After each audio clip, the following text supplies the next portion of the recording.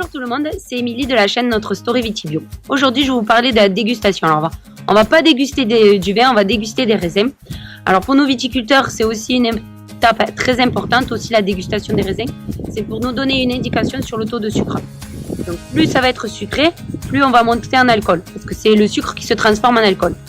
Donc là, je vais vous présenter 3 cépages différents et je vais vous expliquer comment se déroule une dégustation. Je vais donc vous présenter les 3 cépages, donc un cépage blanc et 2 cépages rouges. Alors, le chardonnay, donc le chardonnay, le voici. Donc c'est un cépage blanc, donc vous pouvez voir sa couleur dorée. Alors, c'est un cépage qui va être bientôt ramassé, parce que là, on est proche des vendanges, donc il y a un taux de sucre relativement important. Et il va faire du blanc sec. Le deuxième, c'est de l'Alicante. Donc, vous pouvez voir, c'est un cépage rouge. Alors, lui, il peut faire que du rouge. Parce que quand on ouvre à l'intérieur, hop là, on voit que c'est bien rouge foncé, voire noir. Donc, lui, c'est un cépage teinturier qu'on appelle. C'est-à-dire qu'il va être mélangé avec d'autres vins rouges pour augmenter la couleur des autres cépages. Alors, lui, c'est plutôt un cépage qu'on va ramasser d'ici une dizaine de jours. Donc, il commence à être sucré. Alors ensuite, le troisième, le cinsault. Donc, je vous le mets à côté du chardonnay. Donc, vous voyez la différence de grosseur du grain. Donc, le cinsault est un cépage qui fait des grains assez gros. Alors, lui, il va faire plutôt du rosé. Parce que je vous l'ouvre comme pour l'Alicante. Donc, à l'intérieur, vous voyez, c'est plutôt clair, c'est blanc.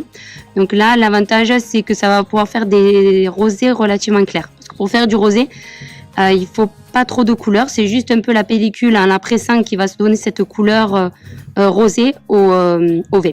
Voilà. Pour déguster des raisins, bon déjà, il faut les raisins, bon ça c'est logique. Et ensuite, après, quand on les met dans la bouche, il faut bien les mâcher. Et surtout, il faut croquer les pépins. Alors c'est vrai qu'on a tendance à les cracher parce qu'ils nous gênent. Mais là, c'est très important pour une dégustation de baies, parce que plus ça va, les pépins vont croustiller, plus ça veut dire qu'on se rapproche de la maturité. Donc là, moi, je vais faire la dégustation pour vous, parce que je ne peux pas vous envoyer les raisins. Donc là, je vais commencer avec le chardonnay. Donc là, le chardonnay, lui, il est proche des vendanges, donc c'est pour ça qu'on sent bien le sucre en bouche. Puis ensuite, après, on va faire l'Alicante.